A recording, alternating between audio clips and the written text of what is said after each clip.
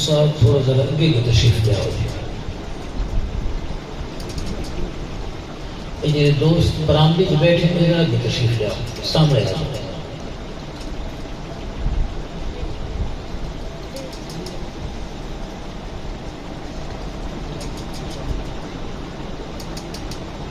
نحمده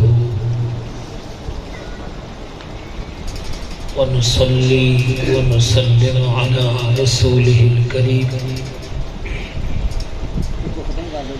أما بعد فأعوذ بالله من الشيطان الرجيم بسم الله الرحمن الرحيم وأنزل الله عليك الكتاب والحكمة وعلمك ما لم تكن تعلم وكان فضل الله عليك عظيما. وقال في مقام آخر إن الله وملائكته يصلون على النبي يا أيها الذين آمنوا صلوا عليه وسلموا تسليما.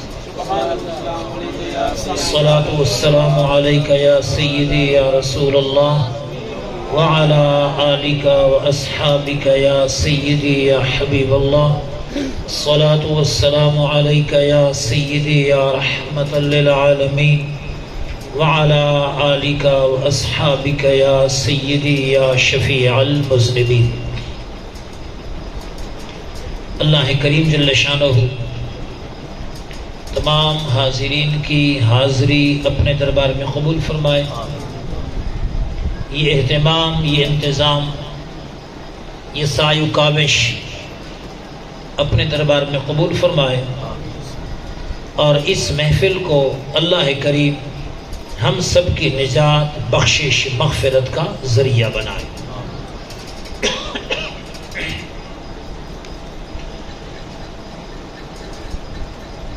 میلاد شریف کی مبارک محفل ہے اور میں نے آتے ہی حضرت علامہ قاری محمد رفیق صاحب سے یہ پوچھا کہ مجھے کس موضوع پہ بات کرنی ہے. میرا مزاج یہ ہے کہ حالات کے موقع محل کے مطابق گفتگو کی جائے. جیسے ڈاکٹر مریض کے نبض پہ ہاتھ رکھ کے دوائی تجویز کرتا ہے، سو خطیب کو، واعظ کو، مبلغ کو، عالم کو بھی یہی چاہیے کہ حالات کے تناظر میں گفتگو کریں. تو انہوں نے فرمایا کہ آپ حضور نبی کریم علیہ السلام کے علم پاک کے حوالے سے گفتگو کریں. میں نے ان سے یہ پوچھا کہ حضور کے علم پاک کا موضوع آپ نے کیوں چن لیا؟ آخر بندہ کسی موضوع کا انتخاب کرتا ہے، کوئی وجہ تو ہوتی ہے. تو انہوں نے فرمایا کہ قریب ہی ایک گستاخ بدبخت نے نبی کریم علیہ السلام کے علم پاک کے حوالے سے گندی اور غلیظ زبان کو استعمال کیا تھا. آج کل سوشل میڈیا کا دور ہے، اس لیے بہتر یہ ہے کہ علم پاک مصطفیٰ علیہ تحیت و ثنا کا بیان ہو. تو میں نے کہا ٹھیک ہے، اور آج بھی میں نے جمعے کے لیے اسی موضوع کا انتخاب کیا تھا. کچھ ہنٹس ڈائری پر نوٹ بھی کیے تھے، لیکن عین وقت پر مجھے وہاں کہا گیا کہ نہیں، آپ کسی اور موضوع پہ تقریر کریں. تو میں نے علم پہ تقریر نہیں کی، عورتوں کے حوالے سے، بچیوں کی تعلیم کے حوالے سے آج جمعے میں گفتگو پھر کر چکا. خیر، یہ کچھ بات تھی جو میں نے آپ کی خدمت میں عرض کی. اللہ پاک نے اپنے محبوب کو وہ علوم عطا فرمائے کہ کائنات ارضی اور کائنات سماوی میں رب نے کسی کو بھی وہ علوم عطا نہیں فرمائے. حتیٰ کہ اللہ پاک نے حضور کو علوم اولین بھی عطا فرمائے، علوم آخرین بھی عطا فرمائے. علم ما کانا بھی عطا فرمایا، علم ما یکون بھی عطا فرمایا.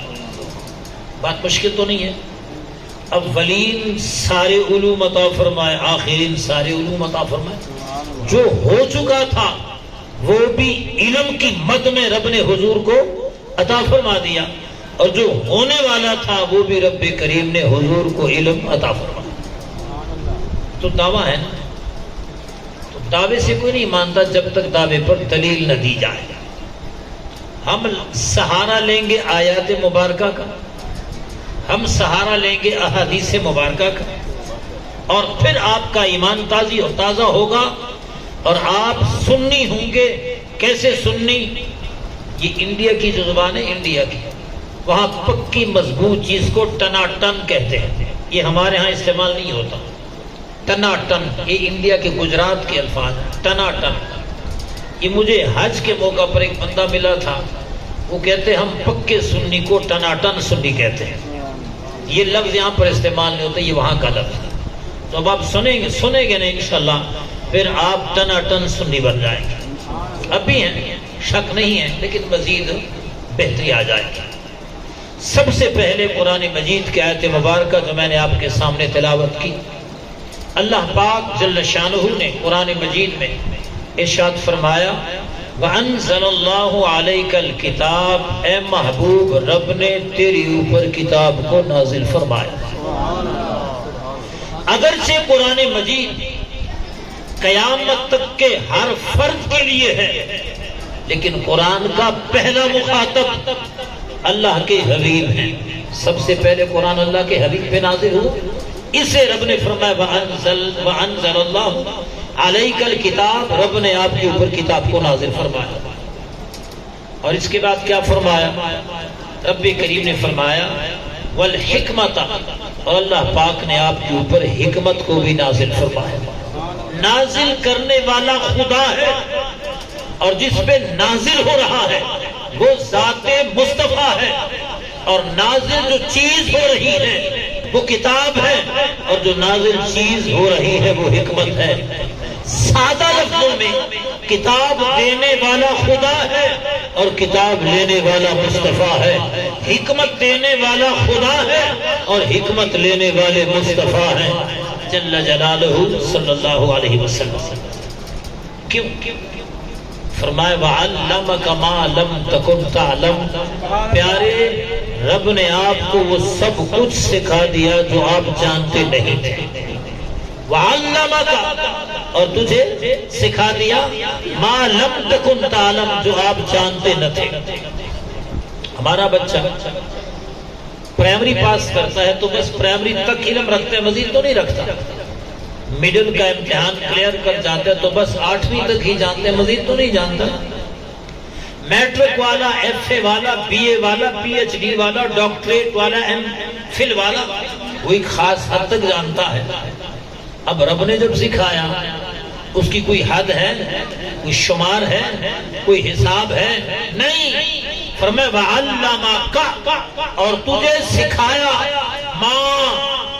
ماں برائے عموم ہے، عربی زبان میں لفظ ماں عموم کی، جس کا معنی عام ہو، جس میں خصوصیت نہ ہو، جس میں ہم کہتے ہیں اس شہر میں ہر بندہ آ سکتا، تو ہم نے عموم کی بات کی، کوئی بھی آ سکتا ہے۔ تو رب نے فرمایا وَعَلَّمَكَ، اے محبوب تجھے سکھایا، ماں جو لم تکن تعلم، آپ نہیں جانتے تھے۔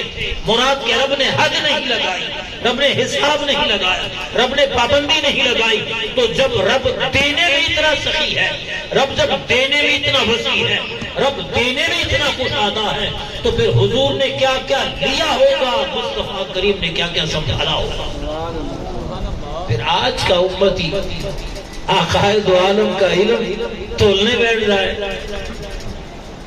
میں بات آگے بڑھاؤں گا، لیکن ابھی میں نعتیں شروع تھی نا تو میں موبائل دیکھ رہا تھا، اور موبائل میں میرے پاس بڑی کتابیں ہیں۔ ابھی تازہ ایک بات میری نظر سے گزری، آپ کا ایمان تازہ ہو جائے گا یہ بات سن کر کہ قبلہ سید احمد سید شاہ کاظمی رحمت اللہ علیہ ملتان والے، ان کا مناظرہ ہوا گجرانوالہ کے ایک مولوی عبدالعزیز سے، اور مناظرہ کس پر ہوا؟ حضور کے علم پاک پر۔ مناظرے میں قبلہ کاظمی شاہ صاحب نے مشکات شریف کی حدیث پیش کی، اور حدیث کے کلمات اس طرح ہیں، اللہ پاک کے حبیب نے فرمایا، اللہ نے مجھ سے پوچھا کہ فرشتے کس بات میں جھگڑ رہے ہیں؟ میں نے کہا یا اللہ میں نہیں جانتا۔ تو اللہ پاک نے اپنا دست قدرت میری پیٹھ پر رکھا، دو کاندھوں کے درمیان رکھا، فرمایا میں نے اس کی ٹھنڈک سینے میں محسوس کی، اور جب سینے میں محسوس کی تو نتیجہ کیا ہوا؟ فَعَلِمْتُ مَا فِي السَّمَاوَاتِ وَمَا فِي الْأَرْضِ، فرمایا نتیجہ یہ نکلا جو کچھ آسمانوں میں تھا اور جو کچھ زمینوں میں تھا سب ظاہر ہو گیا، واشکاف ہو گیا، روشن ہو گیا، اور میرے علم کے سمندر میں سمو گیا۔ بات کی سمجھ آ رہی ہے؟ میں نے یہ حدیث مشکات شریف سے پیش کی، فارسی میں کہتے ہیں خوئے بدرہ بہانہ بسیار، جس کی عادت خراب ہو اس کے بہانے بڑے ہوتے ہیں۔ ایسا ہے نہیں ہمارے پاس، ہماری طرف نا اس خیل میں کہتے ہیں بھیڑی عادت بہانے بڑے ہوتے ہیں، وہ اس طرح کہتے ہیں۔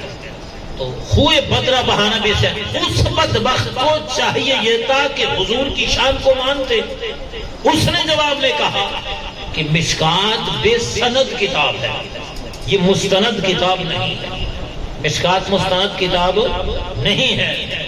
قبلہ کاظمی شاہ صاحب نے یہی حدیث ترمذی سے دکھائی، ترمذی کھول کر کہ ترمذی صحاح ستہ کی کتاب ہے، یہ تو مستند ہے، پھر اس کو مان لیں۔ اس بدبخت نے کتاب کو اٹھا کے زمین پہ پھینک دیا۔ جب کتاب کو اٹھا کر زمین پہ پھینک دیا تو قبلہ کاظمی شاہ صاحب نے فرمایا اب میں تم سے مناظرہ نہیں کروں گا۔ اب بات آگے بڑھ گئی، اب تم سے مباہلہ ہوگا۔ اب تم سے کیا ہوگا؟ مباہلہ کیا ہوتا ہے؟ مباہلہ یہ ہے کہ فریقین آ جاتے ہیں اور دونوں قہر الہی کو دعوت دیتے ہیں، اور دونوں کہتے ہیں یا اللہ ہم میں جو جھوٹا ہے اسے تباہ و برباد کر دے۔ یہ مباہلہ ہوتا، ٹھیک ہے؟ تو انہوں نے فرمایا اب مناظرہ نہیں ہوگا بلکہ مباہلہ ہوگا۔ تو دونوں نے یہ کلمات بولے کہ یا اللہ ہم میں جو جھوٹا ہے سال ختم ہونے سے پہلے اسی کو ہماری نگاہوں کے سامنے ہلاک کر دے۔ قبلہ کاظمی شاہ صاحب نے یہی بات کہی، اور مولوی عبدالعزیز نے بھی یہی بات کہی، ہم میں جو جھوٹا ہے اس کو ہماری آنکھوں کے سامنے سال پورا ہونے سے پہلے نیست و نابود کر دے، تباہ و برباد کر دے، ہلاک کر دے۔ جب یہ دعا ہو گئی تو یہ عبدالعزیز مولوی جب گجرانوالہ آیا اور صبح کی نماز پڑھائی تو پڑھانے کے بعد قرآن پاک کھول دیا، اور جب قرآن کھول کے بیٹھنے لگا تو زبان باہر نکل آئی، لٹک گئی، بول نہیں سکی۔ علاج معالجہ شروع ہوا، ڈاکٹر کہتے کوئی مرض ہوتا، بیماری ہوتی تو ہم علاج کرتے، یہ عذاب الہی ہے، خدا کے عذاب کا علاج کہاں سے لائیں؟ پورا سال تڑپتا رہا اور سال پورا ہونے سے پہلے ہلاک ہو گیا، مردار ہو گیا۔ تو جو علم مصطفیٰ میں اعتراض کرتا ہے اس کا عالم یہ ہوتا ہے۔ تو رب نے فرمایا وَعَلَّمَكَ مَا لَمْ تَكُنْ تَعْلَمْ، اے محبوب کریم ہم نے آپ کو وہ سب کچھ سکھا دیا جو آپ جانتے نہیں تھے۔ اور اگلی بات وَكَانَ فَضْلُ اللَّهِ عَلَيْكَ عَظِيمًا، اے محبوب جب ہم آپ پہ فضل کیے دیتے ہیں تو ہمارا فضل تیری اوپر اتنا نازل ہوتا ہے کہ ہم آپ پر فضل عظیم نازل کرتے ہیں۔ یہ کیا ہے؟ قرآن مجید ہے، اور اسی پر بس نہیں، ذرا آگے آئیں۔ قرآن مجید میں رب نے فرمایا وَنَزَّلْنَا عَلَيْكَ الْكِتَابَ، اور ہم نے تیری اوپر کتاب کو نازل کیا۔ جو قرآن ہے نا، یہ کون ہے نازل کرنے والا؟ قرآن، اللہ پاک نازل کرنے والا ہے۔ اور قرآن ہے کیسی کتاب؟ ہم تو قرآن سے دور ہو گئے، ناشنا ہو گئے، قرآن پڑھتے ہیں پر قرآن سمجھتے نہیں۔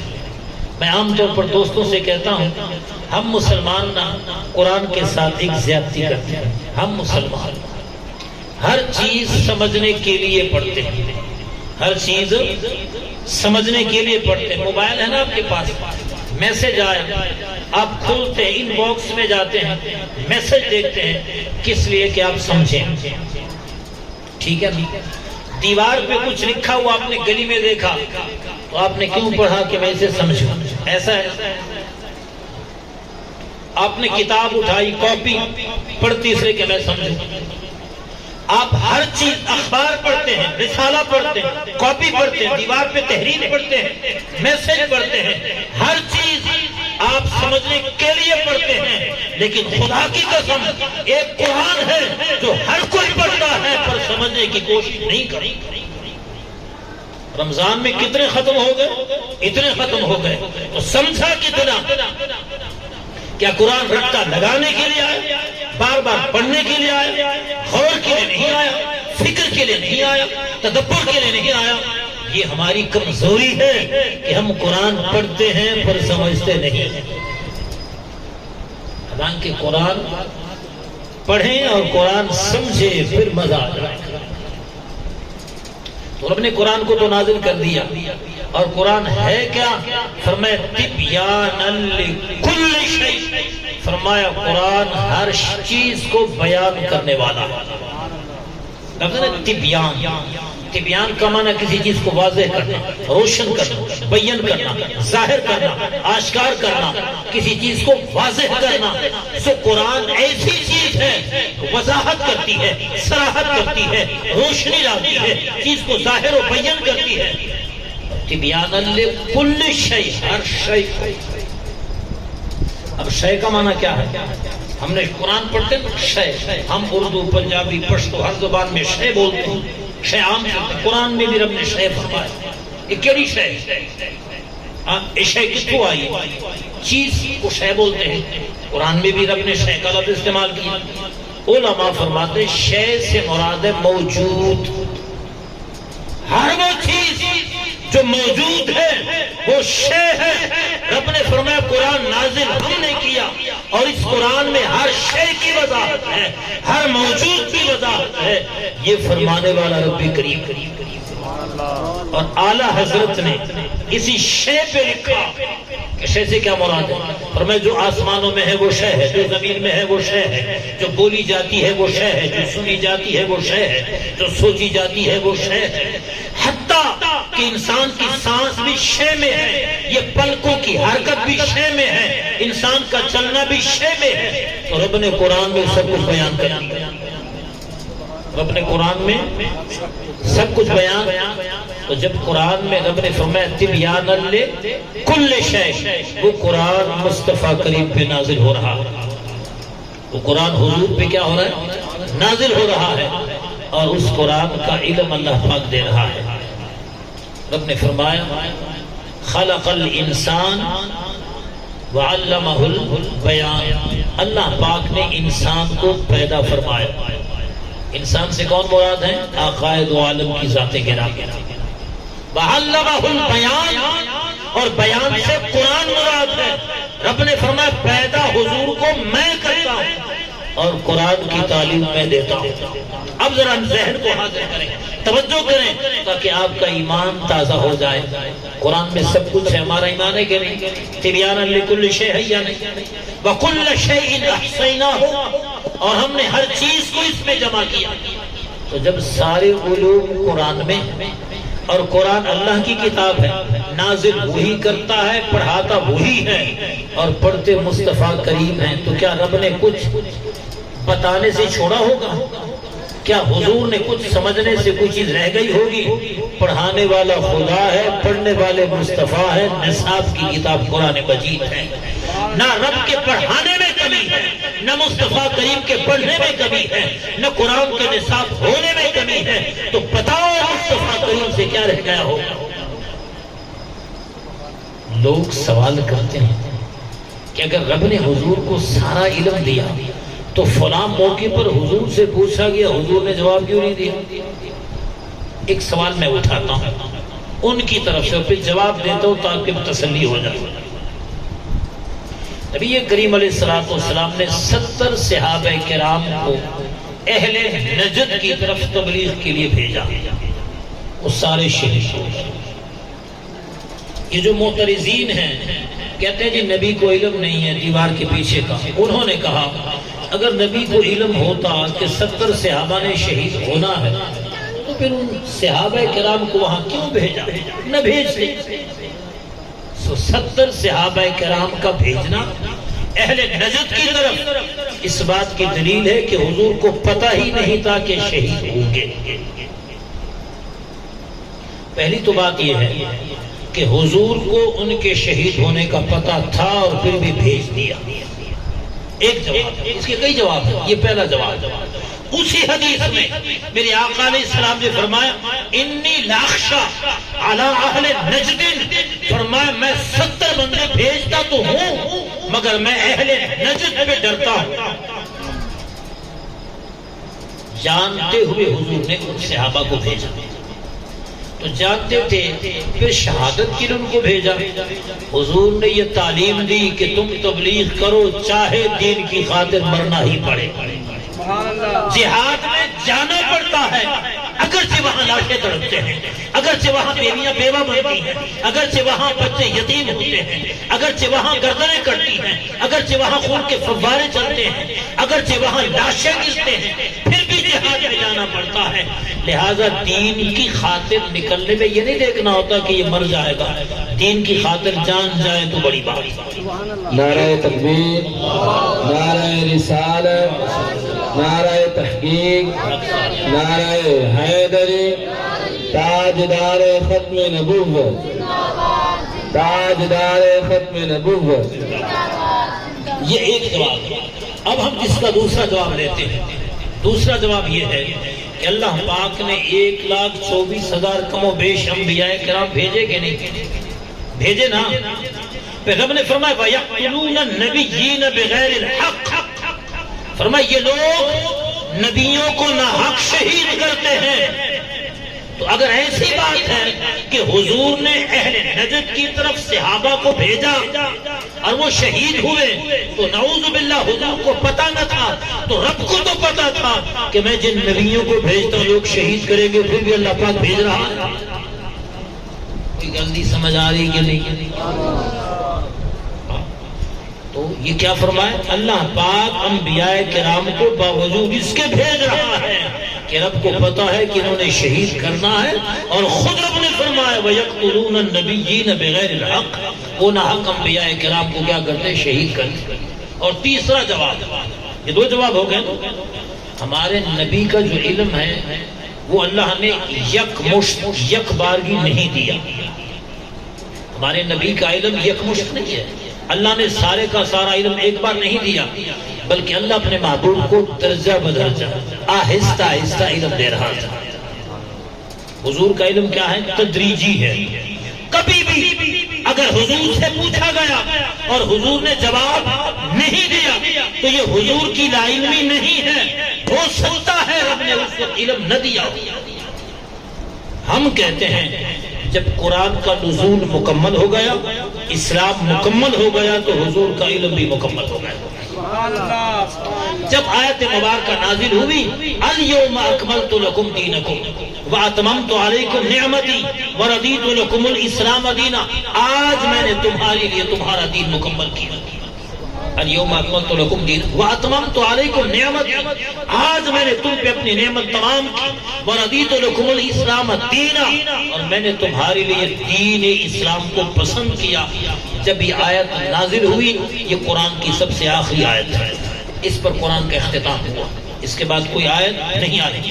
ہم کہتے ہیں کوئی آیت لاؤ، کوئی صحیح حدیث لاؤ کہ مصطفیٰ کریم سے پوچھا گیا ہو اور حضور نے جواب نہ دیا ہو۔ جب قرآن کا نزول مکمل ہوا، علم مصطفیٰ بھی مکمل ہو گیا۔ یہ کیا ہے؟ تیسرا جواب ہے۔ لہٰذا اعتراضات یہ غلط کیے جاتے ہیں۔ اللہ اکبر۔ حضور نبی کریم علیہ السلام سے حضرت ابو موسیٰ اشعری روایت کرتے ہیں رضی اللہ عنہ، فرمایا سئل النبی صلی اللہ علیہ وسلم عن اشیاء کرہا، آقائے دو عالم کے دربار میں کچھ لوگ حاضر تھے نا اور حضور سے سوال ہونے لگے تو حضور نے ان سوالوں کو ناپسند فرمایا. کچھ لوگ خامخواہ سوال کر دے رہے خامخواہ فضول کرنا کہ میرے آقا نے انہوں دی گل پسند نہیں آئی. میرے آقا نے انہوں دے سوال نو ناپسند فرمایا. کری میرے آقا نے انہوں مکروہ سمجھا, نامناسب سمجھا. اللہ فلما قصر علیہ غضب, جب سوال زیادہ ہوئے نا اور لوگ خاموش نہ ہوئے تو میرے آقا جلا میں آئے, میرے آقا غصے میں آئے. میرے آقا کے چہرے انور پر غضب کے جلال کے آثار نمایاں ہوئے. ثم قال, اور پھر میرے آقا علیہ السلام نے لوگوں سے فرمایا سلونی عما شئتم, اب تم جو چاہو مجھ سے پوچھو. تمہیں تو رکنا چاہیے تھا, ایسی باتیں نہیں پوچھنی چاہیے تھی, لیکن تم آگے بڑھ رہے ہو, سوال پہ سوال کر رہے ہو, بات پہ بات کر رہے ہو اور نبی سے اس قسم کی باتیں پوچھ رہے ہو. تو میرے آقا جلال میں آ گئے اور لوگوں سے فرمایا سلونی عما شئتم, کھل کے سامنے آؤ, جو چاہو سوال کرو, اب میں کھل کے جواب دے رہا ہوں. سلونی, مجھ سے سوال کرو, عما شئتم, جس چیز کے بارے تم چاہو. کھلی چھلی دے دی, کھلی چھلی دے دی, ہر طرف سے آزاد کر دیا, جو چاہو پوچھو. یہ بارگاہ مصطفیٰ ہے, تمہیں جواب ملے گا. نعرہ تکبیر, نعرہ رسالت, نعرہ تحقیق, نعرہ حیدری, تاجدار ختم نبوت. میں سوال کرو تمہیں جواب دیا جائے گا. ایک کالا رجل من ابی, وہاں پر محفل میں ایک بندہ کھڑا ہوا, کہنے لگا حضور میرا باپ کون ہے, میرا باپ. انہوں نے باپ کے بارے کیوں پوچھا؟ لوگ شکوک و شبہات کا اظہار کر رہے تھے, لوگ اس کے باپ کے بارے شک کر رہے تھے. لوگوں کا خیال تھا شاید اس کا باپ یہ نہیں جس کو یہ باپ کہتا ہے. تو اس نے فوراً سوال کیا من ابی, میرا باپ کون ہے؟ میرے آقا نے فرمایا ابو کا حذافہ, تیرا والد حذافہ ہے. تیرا والد کون ہے؟ حذافہ ہے. جب یہاں تک کہا گیا فقام آخر, اب حضور کی محفل ہے, حضور جلال میں ہیں, حضور ہر سوال کا جواب دے رہے ہیں, صحابہ پوچھ رہے ہیں. ایک نے باپ کے بارے پوچھا, حضور نے باپ کا نام بتا دیا. دوسرے بندے کا بھی ایسا ہی مسئلہ تھا کہ اس کے باپ کے بارے میں لوگ شکوک و شبہات کا شکار تھے. وہ کھڑا ہوا, وقال من ابی یا رسول اللہ, حضور میرے والد کون ہے؟ میرے آقا نے فرمایا ابو کا سالم مولا شیبہ, فرمایا شیبہ کا غلام سالم تیرا باپ ہے. اسے بتایا گیا. فلما رعا عمر ما فی وجہہ, اب عمر تو ماحول دیکھ رہے تھے, نقشہ دیکھ رہے تھے, سین دیکھ رہے تھے. عمر نے دیکھا مصطفیٰ کریم کے چہرے پر جلال اور غضب کے آثار ہیں. اللہ اکبر. جب انہوں نے عمر فاروق نے دیکھا فقال یا رسول اللہ, کھڑے ہو گئے, بارگاہ نبوت میں سامنے آ گئے, کہنے لگے انا نتوب الی اللہ عز و جل, ہم بارگاہ رب میں توبہ کرتے ہیں, معافی مانگتے ہیں, غلطی ہو گئی, حضور معاف فرمائے. وہ پوچھتے گئے, حضور بتاتے گئے. اگر حضور کو علم نہ ہوتا قطعاً حضور نے فرماتے سلونی عما شئتم, کہ تم مجھ سے مانگو جو تم چاہو, تم مجھ سے سوال کرو جو تم چاہو. تو حضور جانتے تھے, تب آخر عالم بتا رہے تھے. اور صرف اسی پر بس نہیں, بلکہ آپ بخاری اٹھائیں, میرے آقا علیہ السلام کے بارے صحابہ فرماتے ہیں ایک دن میرے آقا علیہ السلام نے فجر کی نماز پڑھائی, توجہ فرمائے, تقریر شروع کی, واعظ گفتگو شروع کی, بیان شروع کیا. فجر سے لے کر ظہر تک مسلسل منبر پہ حضور بیان فرما رہے تھے. ظہر کی نماز کے لیے نیچے تشریف لائے, نماز پڑھائی اور پھر منبر پاک پہ تشریف لے گئے. عصر تک بیان فرمایا, عصر کی نماز کے لیے نیچے تشریف لائے اور پھر عصر کی نماز کے بعد پھر منبر پر تشریف لے گئے. مغرب تک, غروب آفتاب تک بیان فرماتے رہے. کیا بیان کیا؟ آؤ ذرا صحابہ کرام کی زبان سے سنتے ہیں. صحابہ فرماتے ہیں, فرمایا قام فینا النبی صلی اللہ علیہ وسلم مقاما, ایک دن حضور ہمارے درمیان قیام فرما ہوئے. فاخبرنا عن بدء الخلق, حضور نے مخلوق کی ابتدا سے بات شروع کی. سبحان اللہ. مخلوق کی ابتدا سے, ایک ہے خالق, ایک ہے مخلوق. خالق خدا ہے, رب کے سوا جو کچھ ہے وہ مخلوق ہے. آسمان مخلوق، زمین مخلوق، پہاڑ مخلوق، سمندر مخلوق، تو مخلوق، میں مخلوق، اول مخلوق، پیچھے مخلوق، آخر مخلوق۔ تو میرے آقا نے گفتگو شروع کی، اور کب سے شروع کی؟ عن بدء الخلق، جہاں سے مخلوق بننے کی ابتدا ہوئی وہاں سے حضور نے آغاز فرمایا، حتی دخل اہل الجنت منازلہم، بیان کرتے گئے، بتاتے گئے، تفصیل دیتے گئے، ڈیٹیل دیتے گئے، حتی کہ حضور نے جنتیوں کو جنت میں ان کے ٹھکانوں تک داخل کر دیا۔ کہاں سے شروع کیا؟ بدء خلق سے شروع کر دیا، جہاں سے مخلوق کی ابتدا ہوئی، اور بتاتے بتاتے بتاتے بیان فرماتے حتیٰ میرے آقا علیہ السلام نے کہاں تک بتا دیا؟ یہاں تک کہ جنتیوں کو ان کے منازل تک لے گئے۔ جنتیوں کو کہاں تک لے گئے؟ ان کے منازل اور گھروں تک۔ فرمایا واہل النار منازلہم، اور فرمایا دوزخیوں کو بھی میرے آقا اپنے ٹھکانوں تک لے گئے۔ ساری تفصیل بتا دی۔ فحفظ ذالک من حفظہ ونسیہ من نسیہ، جس نے یاد کرنا تھا یاد کر لیا، جس نے بھولنا تھا وہ بھول گیا۔ وہ کیا ہو گیا؟ بھول گیا۔ بلکہ حضرت حذیفہ فرماتے ہیں کہ صحابہ کرام میں سب سے بڑا عالم وہ ہوتا تھا جن کو حضور کی یہ باتیں زیادہ یاد تھی۔ جن کو یہ باتیں زیادہ یاد ہو گئی وہ صحابہ میں بڑا عالم کہتا ہے۔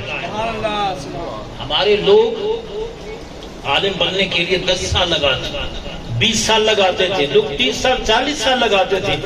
آج کل تو عالم کورس 8 سال پہ محیط ہو گیا۔ عالم کورس کتنے میں آ گیا؟ 8 سال میں بند کر دیا۔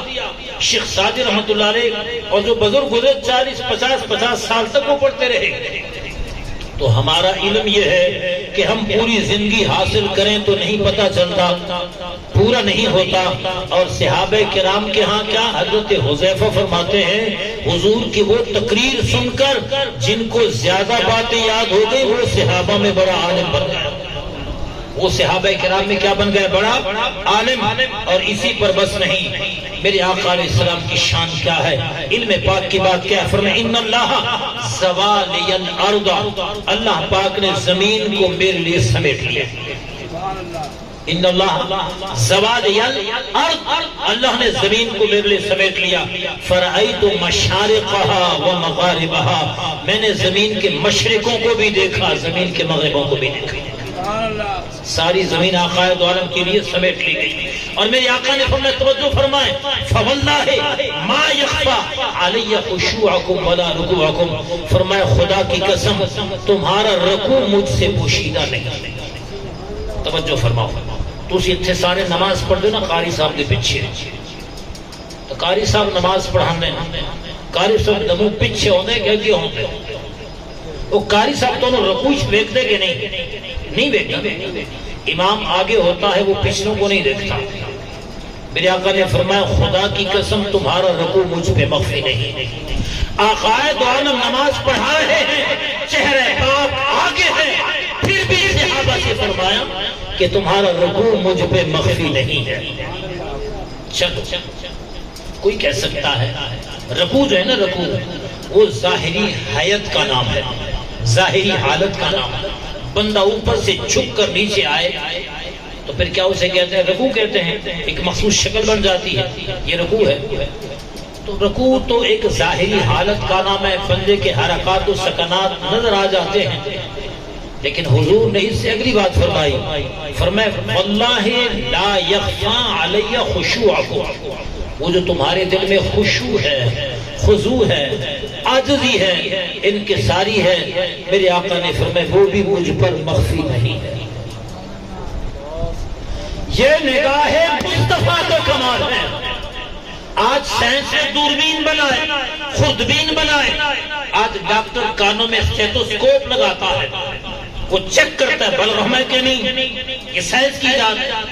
آج راڈار کے ذریعے باہر کے جہاز دیکھے جاتے ہیں، آج موسمیات والے دوربین کے ذریعے بارش کو، ہواؤں کو اور سونامیوں کو، طوفانوں کو دیکھتے ہیں۔ ہوائیں آ رہی ہے، یہ تو سائنس کی طاقت ہے۔ اور میرے آقا کی نگاہ کتنی تیز ہے، فرمایا تمہارے دل میں جو خشوع ہے، خضوع ہے، عاجزی ہے، انکساری ہے، وہ بھی نگاہ مصطفیٰ سے مخفی نہیں ہے۔ اور تمہارا رکوع بھی میری اوپر مخفی نہیں. اور فرمایا کہ انی لأراکم من وراء ظہری، فرمایا جیسے میں آگے دیکھتا ہوں ویسے میں پیٹھ پیچھے بھی دیکھتا ہوں. اب ایک بات آپ سے میں پوچھتا ہوں، ایک گل میں پوچھنا، ایک لفظ غیب، غیب کس کو کہنے ہیں؟ جڑی شے ظاہر نہ ہو. غیب ظاہر نہ متضاد ہے. ظاہر غیب کو کائنات میں سب سے بڑی غیب کیا ہے؟ آپ کو پتہ نہیں سب سے بڑی غیب کائنات میں کیا ہے؟ اللہ کی ذات. سب سے بڑی غیب کیا؟ اللہ کی ذات. سب سے بڑی غیب کیا ہے؟ جنت، دوزخ، فرشتے، قبر کا حال، وہ سارا غیب ہے، لیکن غیبوں میں درجے ہیں. سب سے بڑی غیب اللہ کی ذات ہے. سب سے بڑی غیب کیا ہے؟ اور جب ذات خدا بھی مصطفیٰ سے نہ چھپی تو خود سوچے کہ حضور سے اور غیب کیسے چھپ سکتے ہیں. شب معراج بلایا، دیدار کرایا، گفتگو ہوئی، نمازیں عطا فرمائیں، راز و نیاز کی باتیں ہوئیں. جب رب تعالیٰ پردہ نہیں فرما رہے، ذات خدا رب سے نہیں چھپ رہی، تو پھر آقائے دو عالم سے اور کیا چھپ سکتا ہے؟ یہ مقام مرتبہ اللہ نے کس کو دیا؟ مصطفیٰ کریم صلی اللہ علیہ وسلم کو دیا. اب تھوڑا پہلو بدلیں. مختلف لوگوں کی مختلف سوچیں ہوتی ہیں. شیطان جب فرشتوں کو اللہ پاک نے حکم دیا نا سجدہ کرو، شیطان نے آدم علیہ السلام کو سجدہ نہیں کیا. اور پھر اللہ پاک نے حضرت آدم علیہ السلام کی فضیلت ثابت کرنے کے لیے کیا کیا؟ حضرت آدم علیہ السلام کو وَعَلَّمَ آدَمَ الْأَسْمَاءَ كُلَّهَا. ایک گل میں سمجھن دی کوشش کرو، میں کم دی گل کر رہے تھے. شیطان نے سجدہ نہیں کیا نا، شیطان نے آدم علیہ السلام کو نہیں مانا. اب ایک بندہ نہ مانے کوئی بات، پھر آپ دلیل دیتے ہیں، ثابت کرتے ہیں، ٹھوس دلائل لاتے ہیں. تو شیطان نے جب سجدہ نہ کیا تو رب نے آدم کی فضیلت ثابت کرنے کے لیے آدم علیہ السلام کو علم سے نوازا. کس سے نوازا؟ علم سے. اور فرمایا وَعَلَّمَ آدَمَ الْأَسْمَاءَ كُلَّهَا. اللہ پاک نے حضرت آدم علیہ السلام کو سارے نام سکھائے. کیا سکھائے؟ سارے. لیکن یاد رکھو ناموں کا علم ادھورا ہے، ناقص ہے، نامکمل ہے. نام کا علم کیا ہے؟ یہ ناقص ہے، ادھورا ہے. یہ میرے پاس اینک ہے، آپ اینک کے بارے جانتے ہو اور خود اینک کی وجود کو دیکھا نہ ہو تو یہ ناقص ہے. نام اینک کا جانتے ہوں اور اینک کو دیکھا بھی ہو تو یہ پورا ہی ہے. باقی سمجھ نہیں آئی. یہ میرے پاس گھڑی ہے، آپ گھڑی سنیں اور گھڑی کو نہ دیکھیں، نام کا علم ادھورا ہے. گھڑی کا نام بھی سنیں اور گھڑی دیکھ بھی لیں تو یہ پورا علم ہے. سمجھ آ رہے نا بات؟ علم پورا تب ہوتا ہے جب اسم کا بھی علم ہو، مسمہ کا بھی. اسم مانا نام، مسمہ جس چیز کا نام، تو اسم مسمہ دونوں کا علم آ جائے یہ پورا ہوتا ہے. رب نے آدم علیہ السلام کو اسماء کا علم دیا. علماء فرماتے ہیں رب نے نام اسماء کا لیا، ویسے مسمیات کا علم بھی ساتھ دے دیا. چیزیں بھی دکھائیں، نام بھی سکھائیں، اور پھر سب فرشتوں کو حاضر کیا. فرمایا انبئونی باسماء ہؤلاء. نام بتاؤ. فرشتوں سے کب نام بتاؤ تو فرشتے نہ بتا سکے، آدم علیہ السلام نے بتایا. تو رب نے انبیاء کو ہمیشہ علم کے ذریعے فضیلت دی. یہ ایک طبقہ ہے ہمارے ہاں جو کہلاتا مسلمان ہے، جن کو پہلے دن سے شیطان کی طرح علم مصطفیٰ پہ چڑھا. ان کے بابوں نے لکھا کہ نبی کو دیوار کے پیچھے کا نبی کو دیوار کے پیچھے کا لکھا انہیں. اب بھی کتاب موجود ہے، نبی کو دیوار کے پیچھے کا نہیں، یہ لکھا گیا. پھر انہوں نے کہا، جب ان سے کہا گیا نا کہ دیکھیں ملک الموت ہے نا، فرشتہ ملک الموت، جس نے جہاں مرنا ہے موت کا فرشتہ جانتا ہے کہ اس کی روح یہاں قبض کر. پوری دنیا میں نظر ڈالے، کوئی مشرق میں مرتا ہے، کوئی مغرب میں مرتا ہے، کوئی شمال میں مرتا ہے، کوئی جنوب میں مرتا ہے. کہیں 1000 مرتے ہیں، کہیں لاکھ مرتے ہیں، کہیں 20 مرتے ہیں، کہیں 10 مرتے ہیں. ایسے نہیں. جنگوں میں فلسطین میں دیکھیں کتنے شہید ہو رہے ہیں. ہیروشیما ناگاساکی پر آئٹم بم پڑا، کتنے لوگ، لاکھوں لوگ مر گئے۔ دوسری پہلی جنگ عظیم میں کتنے لوگ پڑے؟ پاکستان بن رہا تھا، 20 لاکھ جانیں گئیں۔ افغانستان کی جنگ اب ختم ہوئی، پوچھو کتنی لاکھ جانیں تم نے دی؟ عراق میں کتنے فوت ہوئے؟ لاکھوں لوگ مرتے ہیں، اور رب کا ایک فرشتہ ملک الموت، کوئی مشرق میں ہو، کوئی مغرب، کوئی شمال میں ہو، کوئی جنوب میں ہو، کوئی کنویں میں ہو، پہاڑ میں ہو، غار میں ہو، دریا میں ہو، سمندر میں ہو، گھر میں ہو، دفتر میں ہو، گلی میں ہو، کوچے میں ہو، جہاں کوئی مرنے والا ہے، موت کا فرشتہ جانتا ہے اس میں مرنا ہے، پہنچ جاتا اس کی روح قبض کر لیتا۔ فرشتے کو تمام مخلوق کا علم ہے کہ نہیں؟ فرشتے کو تمام مخلوق کا علم ہے کہ نہیں؟ چلو فرشتوں کو سائڈ پہ رکھیں، شیطان پہ آ جائیں۔ شیطان کو کتنا علم ہے؟ تجھے بھی وسوسہ دے رہا ہے، مجھے بھی دے رہا ہے، اس کو بھی دے رہا ہے، اس کو بھی دے رہا ہے۔ یوسوس فی صدور الناس، اپنے قرآن میں فرمایا لوگوں کے دلوں میں وسوسہ ڈالتا ہے، حتیٰ کہ ہم سوتے ہیں تو برے خواب بھی شیطان کی طرف سے آتے ہیں۔ شیطان خواب میں نہیں چھوڑتا، جاگتے میں نہیں چھوڑتا، گلی میں نہیں چھوڑتا، دفتر میں نہیں چھوڑتا، ہر جگہ ہمارے پیچھے لگا ہے۔ اور میرے پیچھے نہیں، ہر کسی کے پیچھے، کائنات کی ساری مخلوق کے پیچھے شیطان لگا ہوا ہے۔ تو جب شیطان کی اتنی طاقت ہے اور فرشتوں کی اتنی طاقت ہے تو پھر آپ خود سوچیں، اللہ پاک اپنے حبیب کو نہیں دے سکتا؟ وہ کیا کہتے ہیں؟ وہ کہتے ہیں کہ جی شیطان کی طاقت تو قرآن سے ثابت ہے، فرشتے کی طاقت تو قرآن سے ثابت ہے، پھر نبی کا علم کہاں سے ثابت ہے؟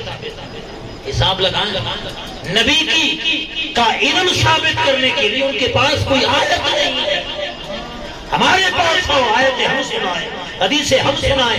یہ کیا کہہ رہے ہیں کہ قرآن ہر چیز کو بیان کرتا ہے، رب حضور کو قرآن کی تعلیم دیتا ہے۔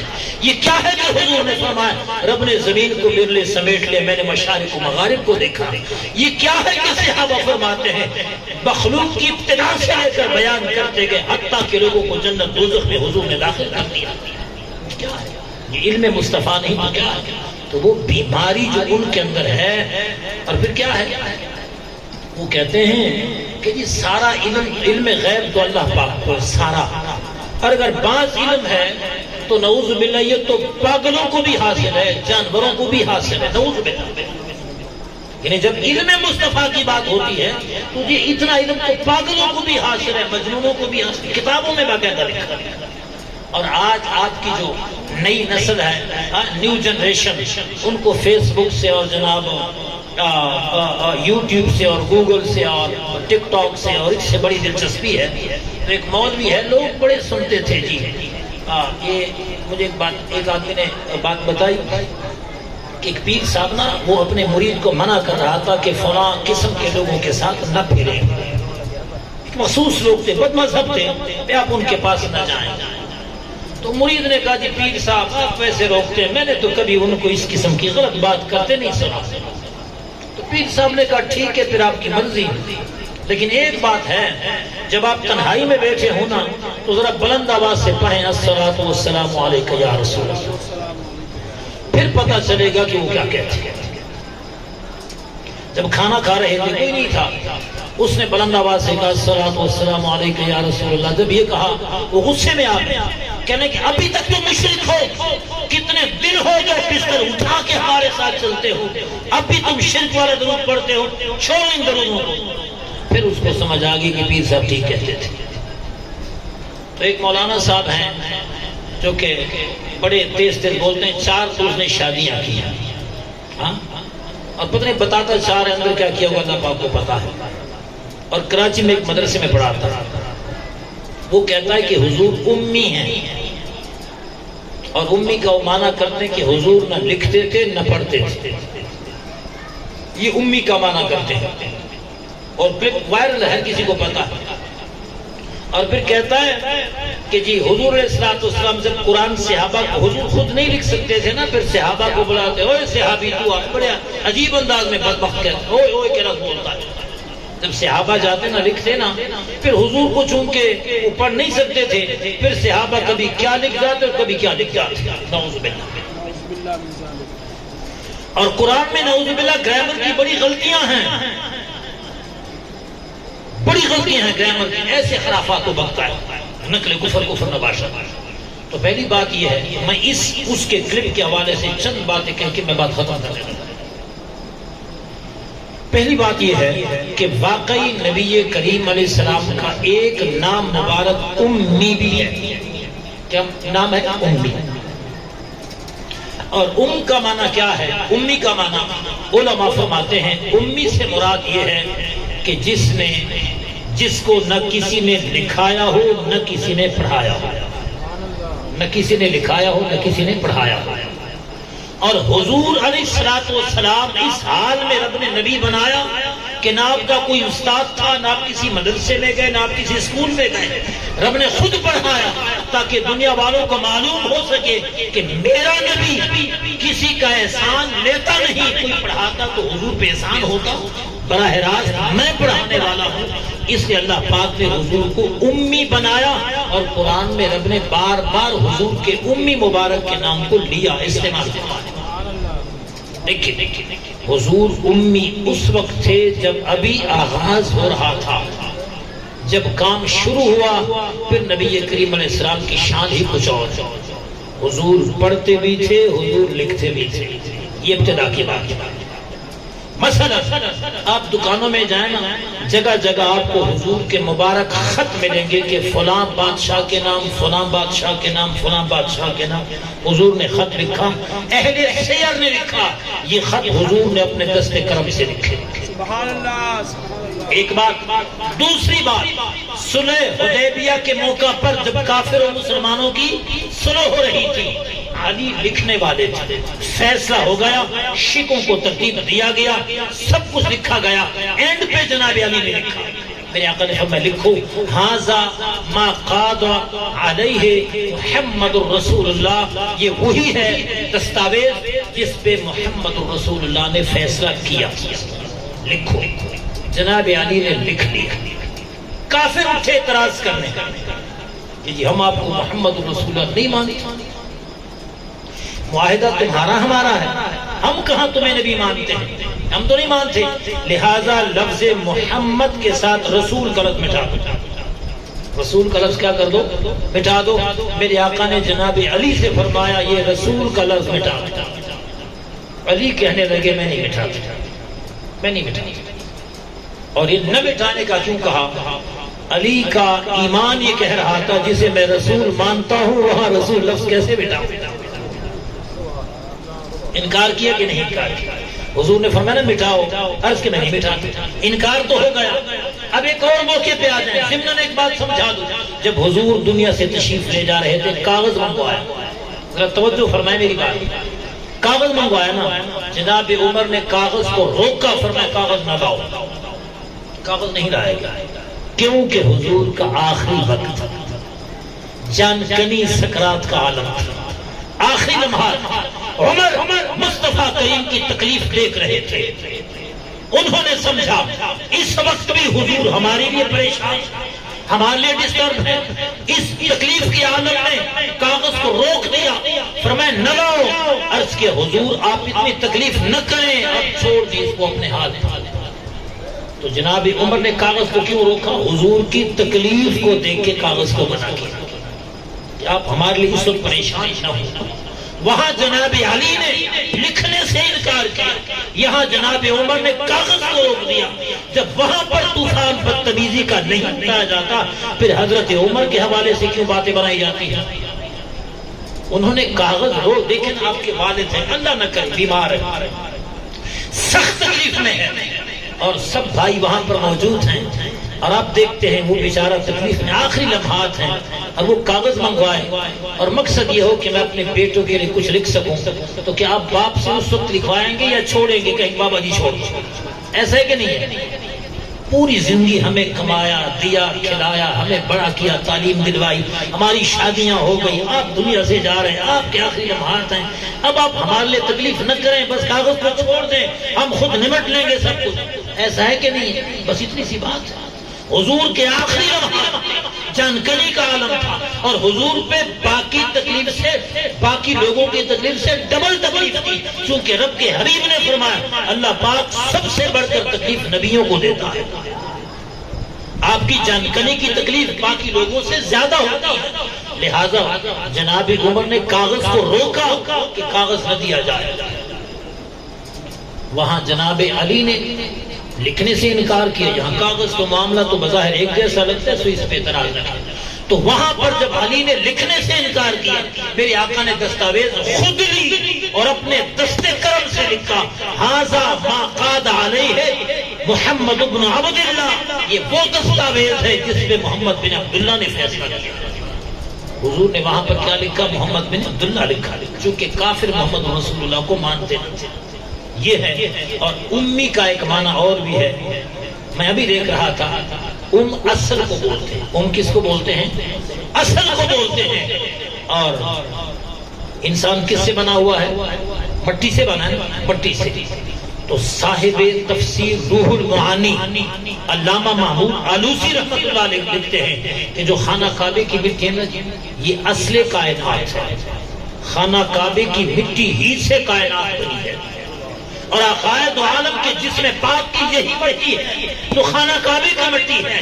لیکن جب طوفان نوح آیا، نوح علیہ السلام کا طوفان آیا، اس وقت یہ مٹی مدینہ پاک پانی کے ساتھ پہنچ گئی، جہاں حضور کا آج قبر انور ہے، خانہ کعبہ کی کچھ مٹی وہاں پہنچ گئی طوفان نوح میں۔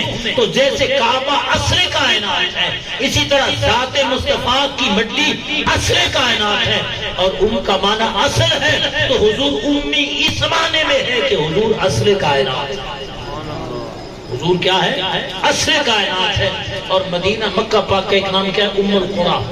مکہ پاک کا نام کیا؟ ام القریٰ، بس کیونکہ ماں، چونکہ آپ کس کے ہیں؟ مکے کے ہیں، اس لیے بھی آپ کو امی کہتے ہیں، مکے والے۔ یہ کیا؟ امی کے حوالے سے۔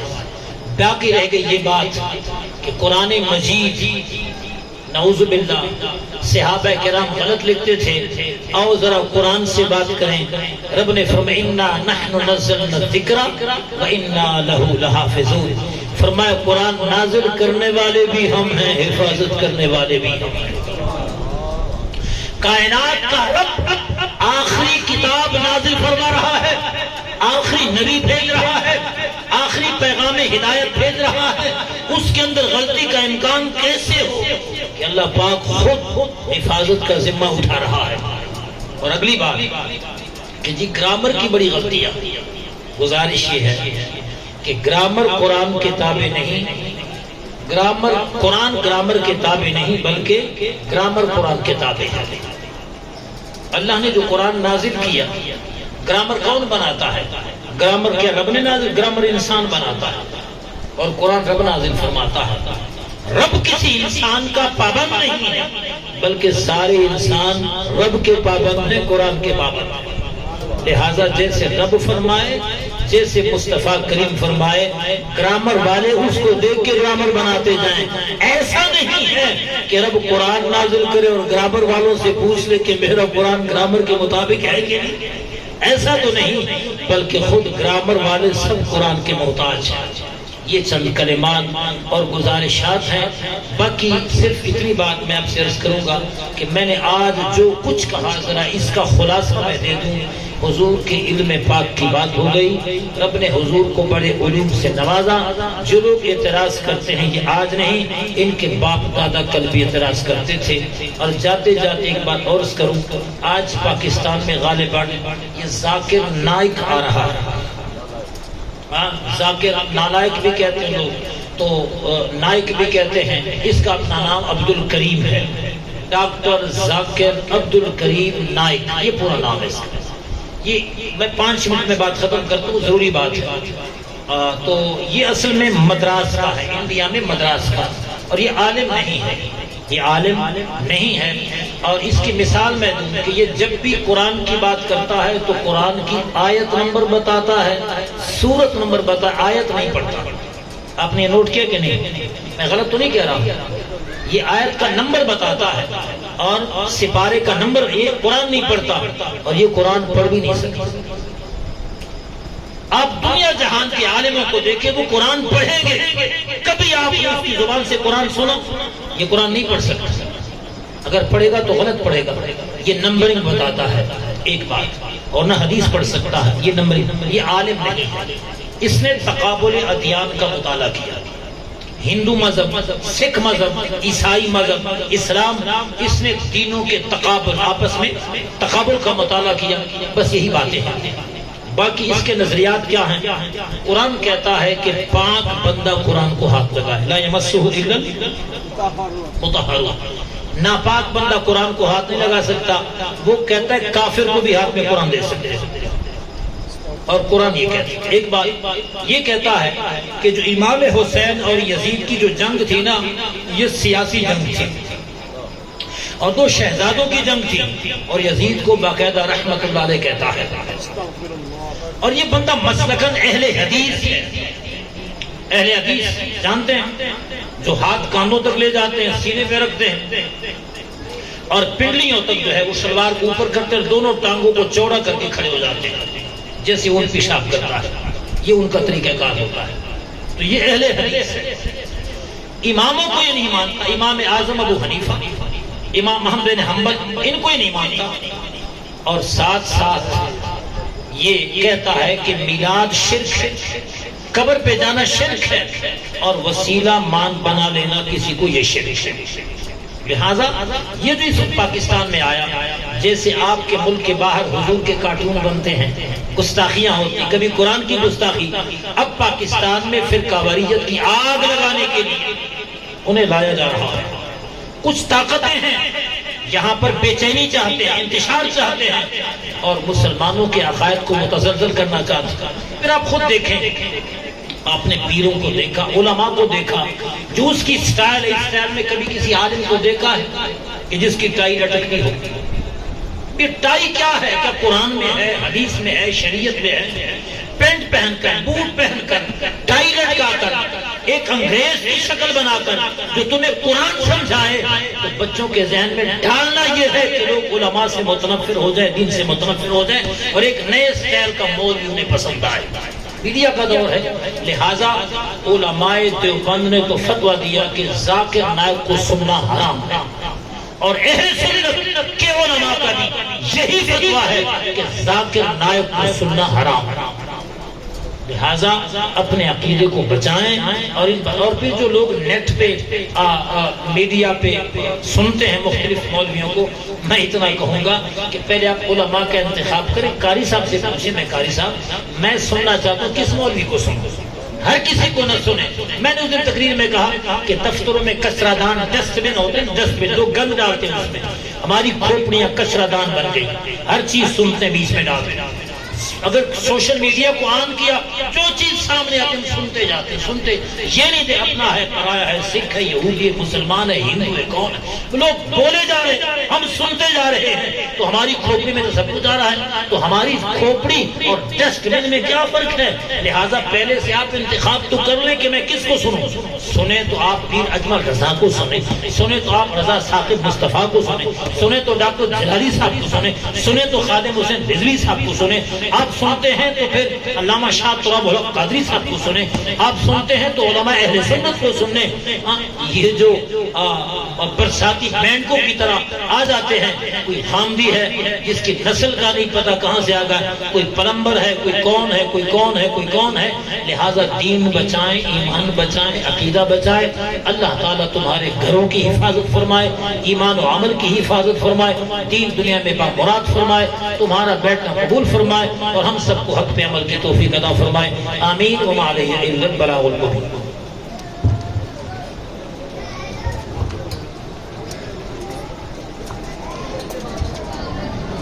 مصطفیٰ